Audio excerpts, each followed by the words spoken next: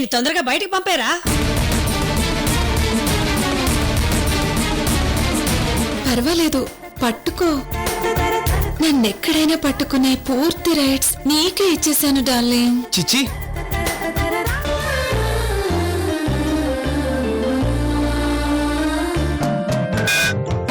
మనసు తనదే, ఆత్మసాక్షి తనదే, స్నేహ క్షేత్రమైన అవని స్ఫూర్తి తనదే.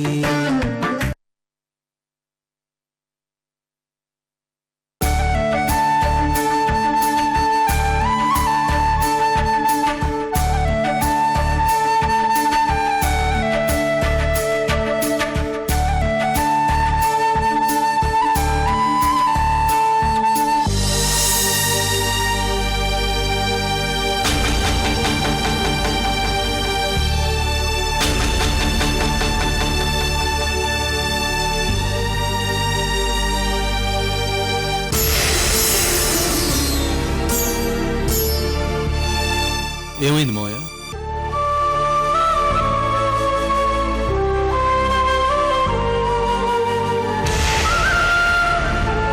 ఏమైంది ఠాగూర్ గారు?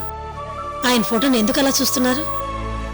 ఏం లేదమ్మా, బావుగారే మళ్ళీ ఇదిగో వీడు రూపంలో పుట్టాడనిపిస్తోంది.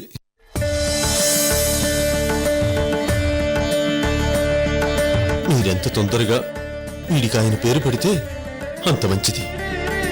ఇప్పటికే బాగా ఆలస్యమైంది.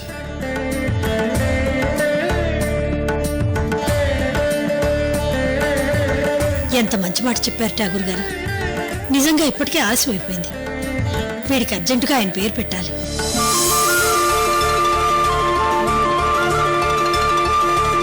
అలాగేనమ్మా, లేకపోతే వీడిని ఎలా పిలవాలో నాకు అర్థం కావటం లేదు. అల్లుడు, నువ్వు నా కూతురు అలేఖ్య పక్క పక్కనే కూర్చొని నీ వడిలో వీడిని కూర్చోబెట్టుకుని వీడికి పేరు పెడుతుంటే చూసి ఆనందించాలనుందయ్యా.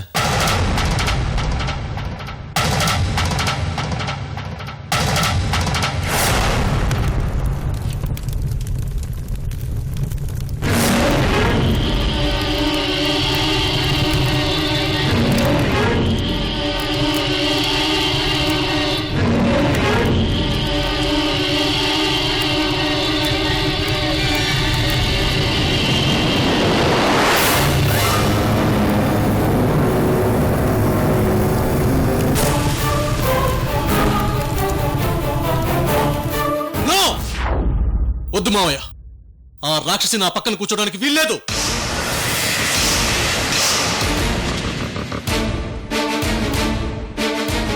నా కొడుక్కి పేరు పెట్టే ఫంక్షన్కి అది రావడానికి వీల్లేదు. దాని చూపు కూడా నా కొడుకు మీద పట్టడానికి వీల్లేదు.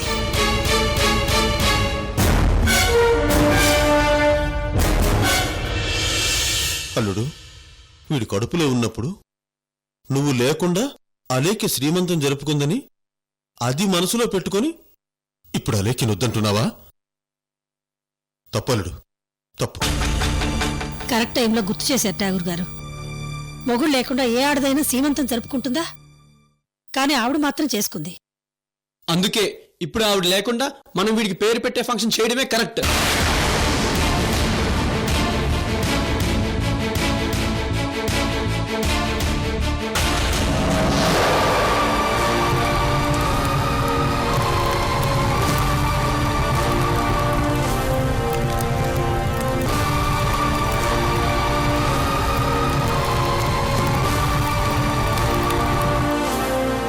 అది కాదమ్మా, అలేఖ్యేదో చిన్నపిల్ల, తెలివైందనుకునే అమాయకురాలు. ఆ అమాయకత్వంతోనే మీ అబ్బాయిని జైల్లో పెట్టించింది.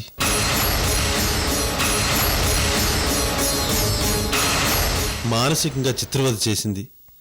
ఆ జైల్లోనే మీ అబ్బాయిని నిద్రలేని రాత్రులు గడిపేట్టు చేసింది.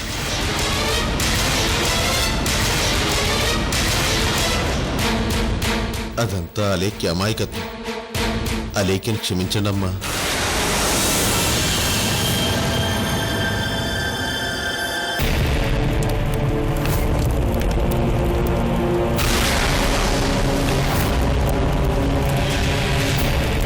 మావయ్య, మీరు అలేఖ్యని దత్తత తీసుకున్నారు కాబట్టి అలేకి మీకు ద్రోహం చేసినా మీరు క్షమిస్తారేమో కానీ మేము క్షమించాం.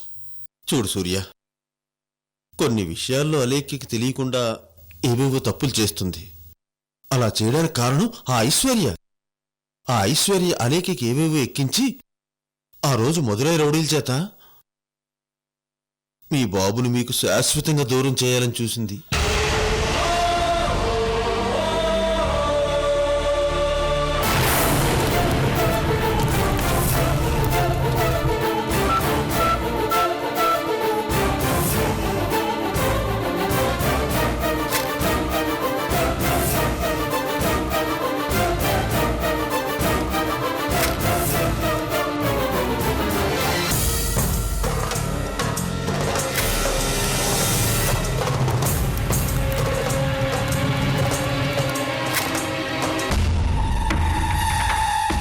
ఇదంతా ఐశ్వర్య ప్లాను.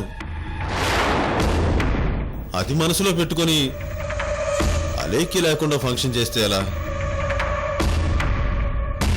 అలా చేస్తేనే కరెక్ట్గా ఉంటుంది. మావయ్య, మీరెంత మంచివారు మావయ్య. అలేఖ్య మీకు ఎంత హాని చేయాలని చూసినా మీరు మాత్రం అలేఖ్యకి మంచి జరగాలని కోరుకుంటున్నారు.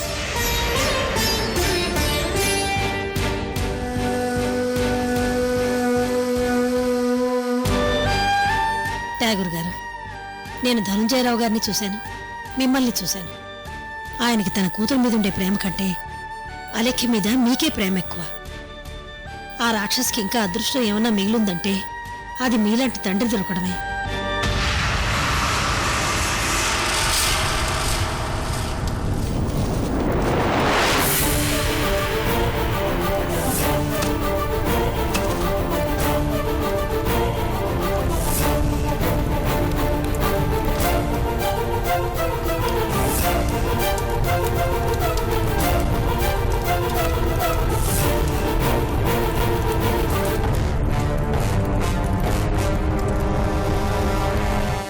మావయ్య, ఆ రాక్షసి లేకుండా ఫంక్షన్ చేస్తున్నామని మీ మనసు నొచ్చుకుంటే మమ్మల్ని క్షమించండి. అవును సూర్య, నా మనసు నొచ్చుకుంటుంది. కానీ మీరు చెప్పేవి నిజాలు కాబట్టి తప్పదు, భరించాలి.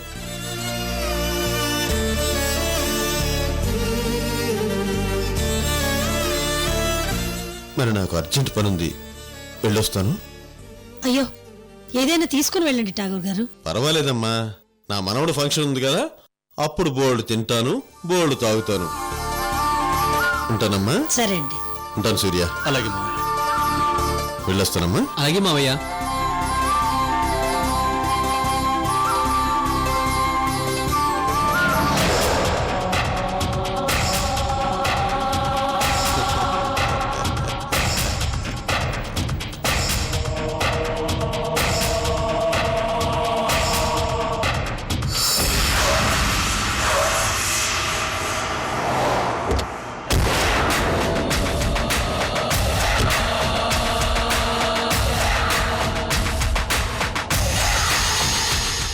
వాళ్ళకి అగ్గి రాజేశాను నీలాంబరి. అలేఖ్యకి అసలైన పతనం ఇప్పుడే ప్రారంభమైంది. ఇప్పటి నుంచి అలేఖ్యకు వచ్చేది కన్నీళ్లు కాదు, రక్తపు కన్నీళ్లు. నీలాంబరి, ఇప్పుడేం చేయాలో తెలుసు కదా? తెలుసు సార్.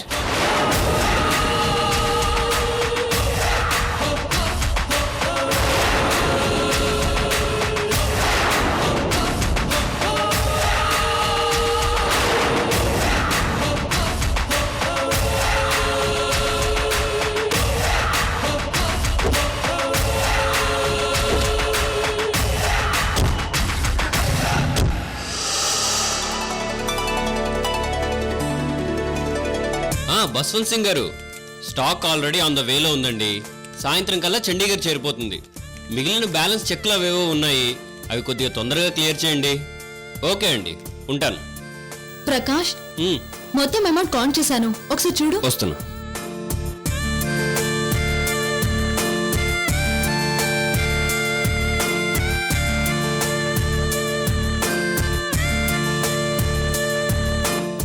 ఓకే సంధ్య, అంతా కరెక్ట్గానే చేసావు.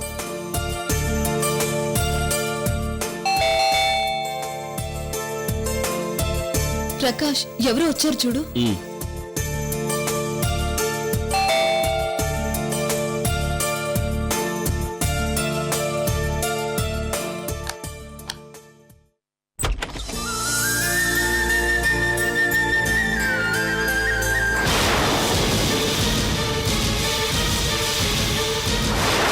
అవును సంధ్య, మీ అన్నయ్యని దేవుళ్ళలా చూసేదానివి, ఇప్పుడు మీ అన్నయ్య పేరు ఎత్తితేనే ఫైర్ అయిపోతున్నావు. ఎందుకు ఫైర్ అవుతున్నానో మా అన్నయ్య ఎలాంటి వాడో నువ్వే చూడు.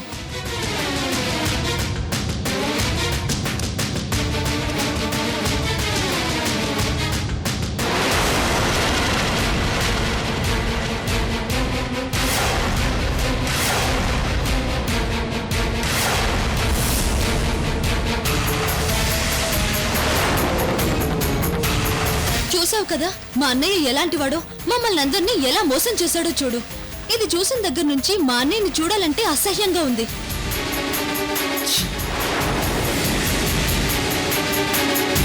ఏంటి ప్రకాష్, మమ్మల్ని గుమ్మం దగ్గర నిలబెట్టి అలా చూస్తున్నావు?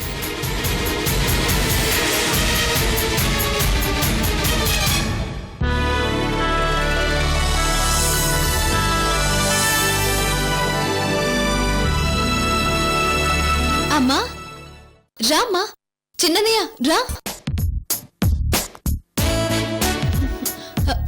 బాబు నాకివ్వమ్మా. చీచీ, ఓ నాన్న. రండి అత్తయ్య. ఓయ్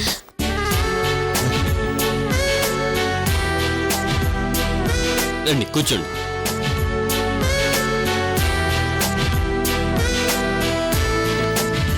ఇలా ఇవ్వు సంధ్య. ఓయ్ ఓయ్ నాన్న, ఓయ్ ఓయ్. నాకివ్వు ప్రకాష్. అయ్యో సంధ్య, సంధ్య ఓయ్. బాబుని ఇలా ఇవ్వు. ఓయ్, ఓయ్ ఓయ్ ఓయ్. ఓయ్. అమ్మా సంధ్య, ఇల్లు చాలా బాగుందమ్మా. నేను స్టార్ట్ చేసిన బిజినెస్ లో లాభాలు వచ్చాయి అత్తయ్య, అందుకే కొద్దిగా పెద్దదిగా ఉంటుందని ఇల్లు తీసుకున్నాం. అవును ప్రకాష్, ఇల్లు చాలా బాగుంది. ఏం తీసుకుంటారమ్మా? మాకేమీ వద్దమ్మా, మీ ఇద్దరు సంతోషంగా ఉన్నారు, మాకదే చాలు. అలాగంటే ఎలాగన్నయ్య? ఇప్పుడు వాళ్ళతో మనకి చాలా పనుంది కదా. అవునరా, ఇప్పుడంతా సంధ్య చేతిలోనే ఉంది. అమ్మా, మనం తర్వాత మాట్లాడుకుందాం. మేము ఇల్లు తీసుకున్నాక మీరు మొదటిసారి ఇక్కడికి వచ్చారు. ఉండండి, ఏమైనా తీసుకొస్తాను. మ్మ్. ప్రకాష్, మ్మ్.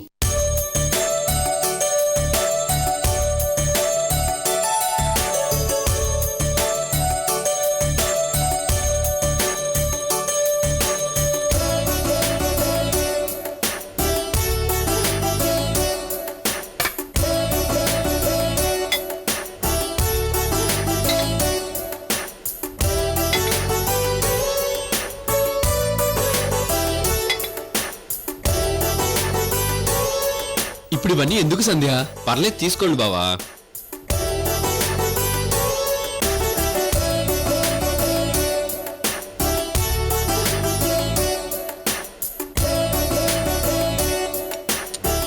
ప్రకాష్ ఇటువ్వు. మ్మ్. చీ, చీ. ఓయ్. ఓ నానా, బుజ్జి. అమ్మా వీడు చూడు, నేనే వీడు మేనత్తనని గుర్తుపట్టినట్టుగా నా ముఖాన్ని చేత్తో ఎలా రాస్తున్నాడు. వాడికి నీతో పని పడింది కదమ్మా. ఓయ్. అందుకే సంధ్య వాడు నిన్ను కాకా పడుతున్నాడు. ఏంటమ్మా పని? ఏం లేదమ్మా, మన ఇంటి సాంప్రదాయం ప్రకారం అన్నదమ్ముల బిడ్డలకి మేనత్తే పేరు పెట్టాలి. ఇప్పుడు నీ చేతుల మీదుగా వీడికి పేరు పెట్టాలి. ఏంటి, మా అలెక్కి వదిన కొడుకు పేరు పెట్టే అదృష్టం మాకు రావడమా? చాలా హ్యాపీగా ఉందమ్మా.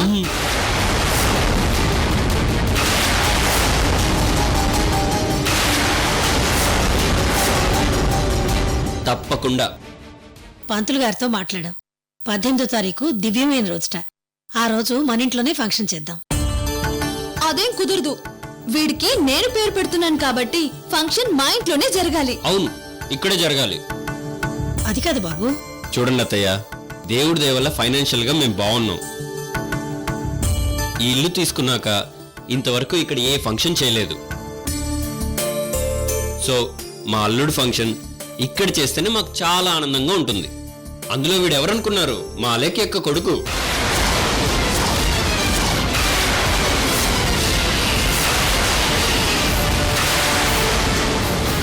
వీడి ఫంక్షన్ ని మేము చాలా పెద్ద ఎత్తున చేస్తాం.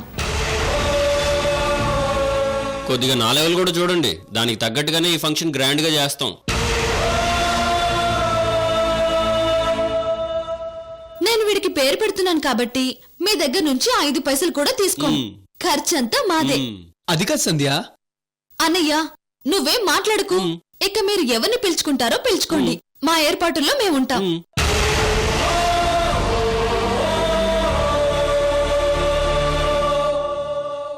సంధ్య, లోపల పెద్ద మంకీ బొమ్మ ఉంది కదా, అది వీడికి చూపిద్దాం.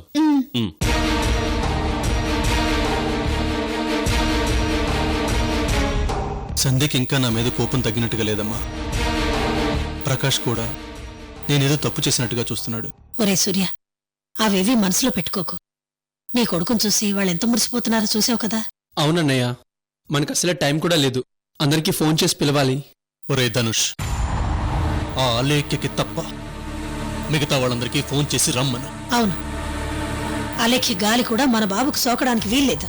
నా కొడుకు ఫంక్షన్కి నేను వెళ్ళలేకపోయానని అది కృంగిపోవాలి, ఒంటరిగా మిగిలిపోవాలి. అది చూసి ఐశ్వర్య విలవెల్లాడిపోవాలి. అలాగే అన్నయ్య.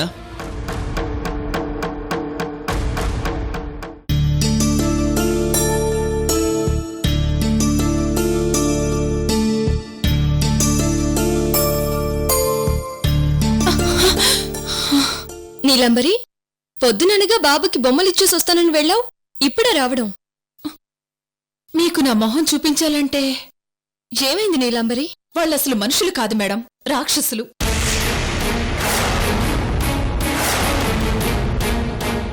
ఎంతో ప్రేమతో స్వామిమలై నాయకర్ గారు బాబు కోసం పంపించిన బొమ్మలను కూడా చూడకుండా మీ మీద పగతో బొమ్మలన్నింటినీ విసిరేసి తగులు పెట్టేశారు మేడం. కావాలంటే ఈ ఫోటోను చూడండి.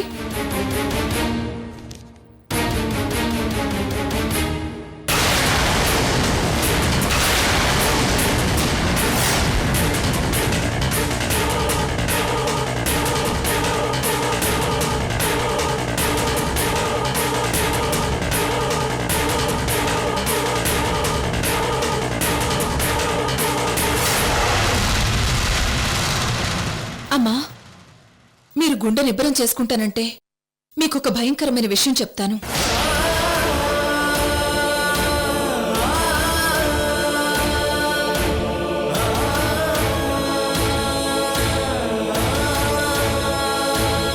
ఏంటది? నా నోటుతో నేను చెప్పలేనమ్మా. చెప్పు నీలంబరి, ఏంటో చెప్పు. అమ్మా, అది మీ అబ్బాయికి మీ మావయ్య పేరు పెడుతున్నారు.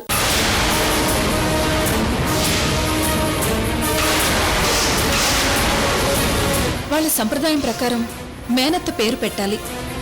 సంధ్య గారి చేతుల మీదుగా ఫంక్షన్ జరిపించడానికి అందరూ రెడీ అయిపోయారమ్మా. కానీ ఆ ఫంక్షన్కి మాత్రం ఎవరెవరిని పిలవాలో సూర్యనారాయణ గారు డిసైడ్ అయిపోయారమ్మా. మిమ్మల్ని ఆ ఫంక్షన్లో అడుగు పెట్టనివ్వనని శపథం చేశారమ్మా.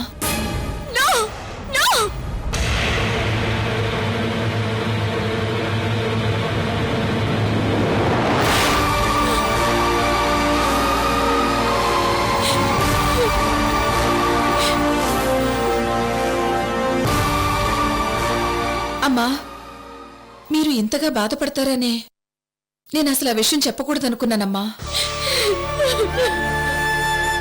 కానీ వాళ్ళు నా ముందే అందరికీ ఫోన్లు చేస్తూ మిమ్మల్ని మాత్రం పక్కన పెడుతుంటే నా హృదయం తట్టుకోలేక మీకు ఈ విషయం చెప్పాను మేడం.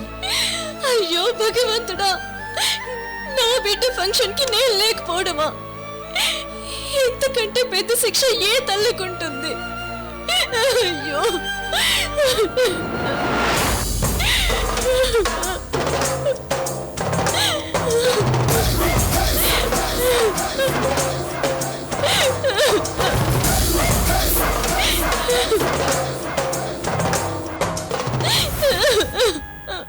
వాళ్ళసలు మనుషుల్లో ప్రవర్తించడమే మానేశారు మేడం.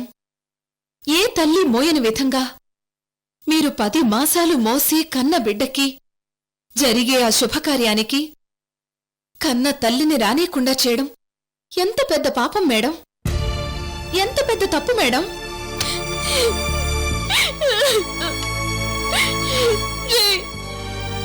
నేనేం పాపం చేశానురా? ఏం పాపం చేశాను చెప్పరా? నన్ను నీ ఫంక్షన్కి రానివ్వవా? నేనంత కానిదాన్ని అయిపోయానరా నీకు? చెప్పరా, చెప్పరా, చెప్పు.